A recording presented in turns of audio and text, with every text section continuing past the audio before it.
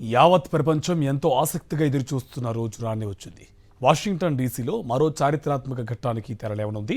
America 47వ అధ్యక్షుడిగా Donald Trump రెండోసారి బాధ్యతలు చేపట్టడానికి సిద్ధమయ్యారు. ఈ ప్రమాణ స్వీకార వేడుక ప్రపంచం దృష్టిని ఆకర్షిస్తోంది.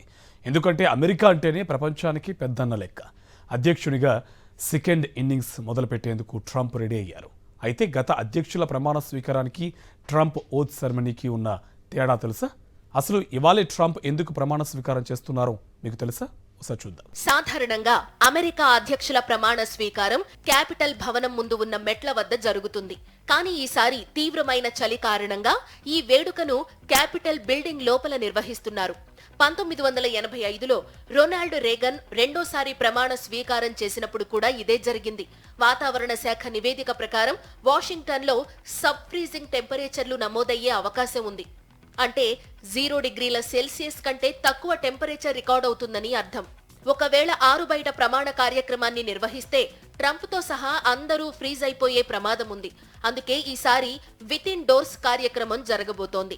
ప్రజలకు టీవీ స్క్రీన్ల ద్వారా వీక్షించే అవకాశాన్ని కల్పిస్తున్నారు. అమెరికా చరిత్రలో ప్రతి అధ్యక్షుడి ప్రమాణ స్వీకారం ఖచ్చితంగా జనవరి 20న మాత్రమే జరుగుతుంది. 1933లో 20వ సవరణ ద్వారా ఈ తేదీకి ప్రాముఖ్యత ఏర్పడింది.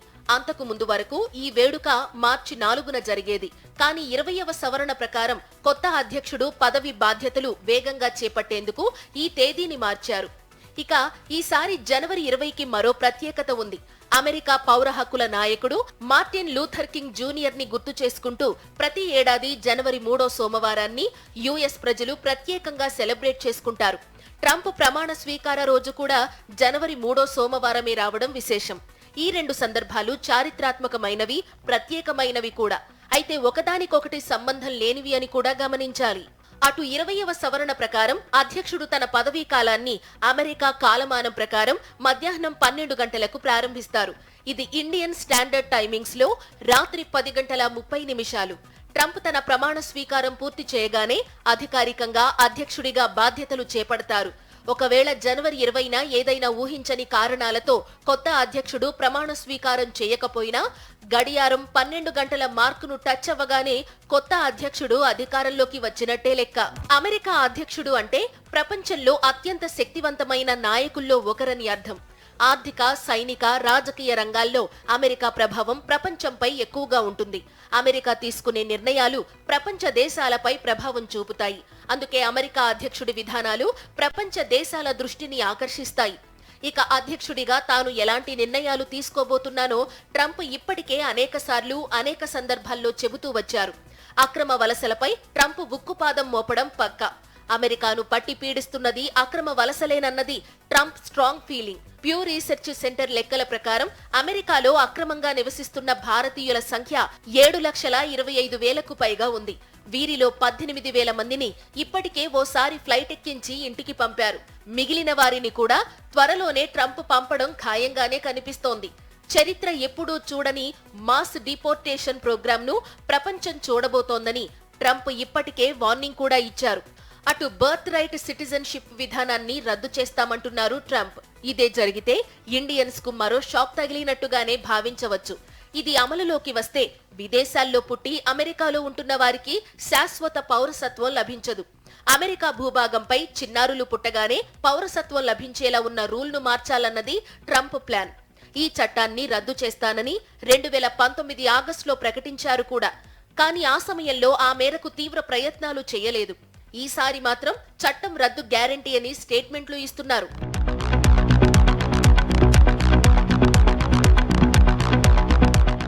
మరోవైపు అందరి అమెరికా అధ్యక్షుల్లాగానే ట్రంప్కు చైనాతో వైరం ఉంది. ఇండో పసిఫిక్ ప్రాంతంలో పెరుగుతున్న చైనా ప్రభావాన్ని సమర్థంగా ఎదుర్కోవడం ట్రంప్కు ఛాలెంజ్ గా మారింది. చైనాకు చెక్ పెట్టేందుకు అమెరికా, భారత్, జపాన్, ఆస్ట్రేలియా విదేశాంగ మంత్రులతో ట్రంప్ టచ్ లో ఉండాలని ఇప్పటికే నిర్ణయించుకున్నారు కూడా. అటు ఆర్థిక విధానాల విషయంలో ట్రంప్ వైఖరి ఎలా ఉండనుందోనన్న చర్చ ట్రేడ్ వర్గాల్లో ఆసక్తికి కారణమైంది. క్రిప్టో కరెన్సీని అధికారికంగా గుర్తించడం ద్వారా ఆర్థిక వ్యవస్థలో మార్పులు చేయాలని ట్రంప్ భావిస్తున్నారని సమాచారం. అధ్యక్షుడిగా ట్రంప్ గెలిచిన కొన్ని రోజులకే బిట్ కాయిన్ విలువ $1,00,000కు చేరడం దీనికి సంకేతంగా చెప్పవచ్చు.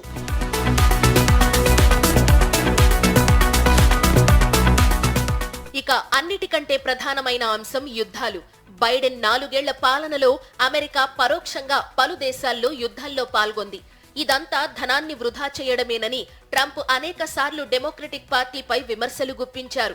అధికారంలోకి వస్తే యుద్ధాలను ఆపేస్తానని చెప్పిన ట్రంప్ ఇప్పుడు ఆ మేరకు ఎలా ప్రయత్నిస్తారోనన్న ఉత్కంఠ నెలకొంది. ఇప్పటికే ఇజ్రాయెల్, హమాస్ మధ్య కాల్పుల విరమణ ఒప్పందం జరిగింది. అటు యుక్రెయిన్, రష్యా వార్ మాత్రం ఇంకా కొనసాగుతూనే ఉంది.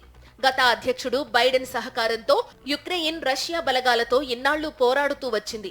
యుక్రెయిన్ కు బైడెన్ ఆయుధాలతో పాటు పెద్ద ఎత్తున ఆర్థిక ప్యాకేజీలు కూడా ఇచ్చారు. ఒక్క మాటలో చెప్పాలంటే యుద్ధం చేస్తున్నది యుక్రెయినే కానీ చేయిస్తున్నది మాత్రం అమెరికానే. ఇది అమెరికా ఆర్థిక వ్యవస్థకు భారమన్నది ట్రంప్ అభిప్రాయం. అమెరికా ప్రజలు కట్టిన ట్యాక్సులు యుద్ధాలకు బైడెన్ వినియోగించారన్న విమర్శలు ఉన్నాయి. అందుకే ట్రంప్ యుద్ధాలకు చెక్ పెడతానంటున్నారు. అమెరికా సాంప్రదాయ ప్రత్యర్థి రష్యాతో మాట్లాడతానని కూడా చెబుతున్నారు. మరి చూడాలి ట్రంప్ ఈ సవాళ్లను ఎలా అధిగమిస్తారో. కొన్నాళ్లు గడిస్తే గానీ చెప్పలేము.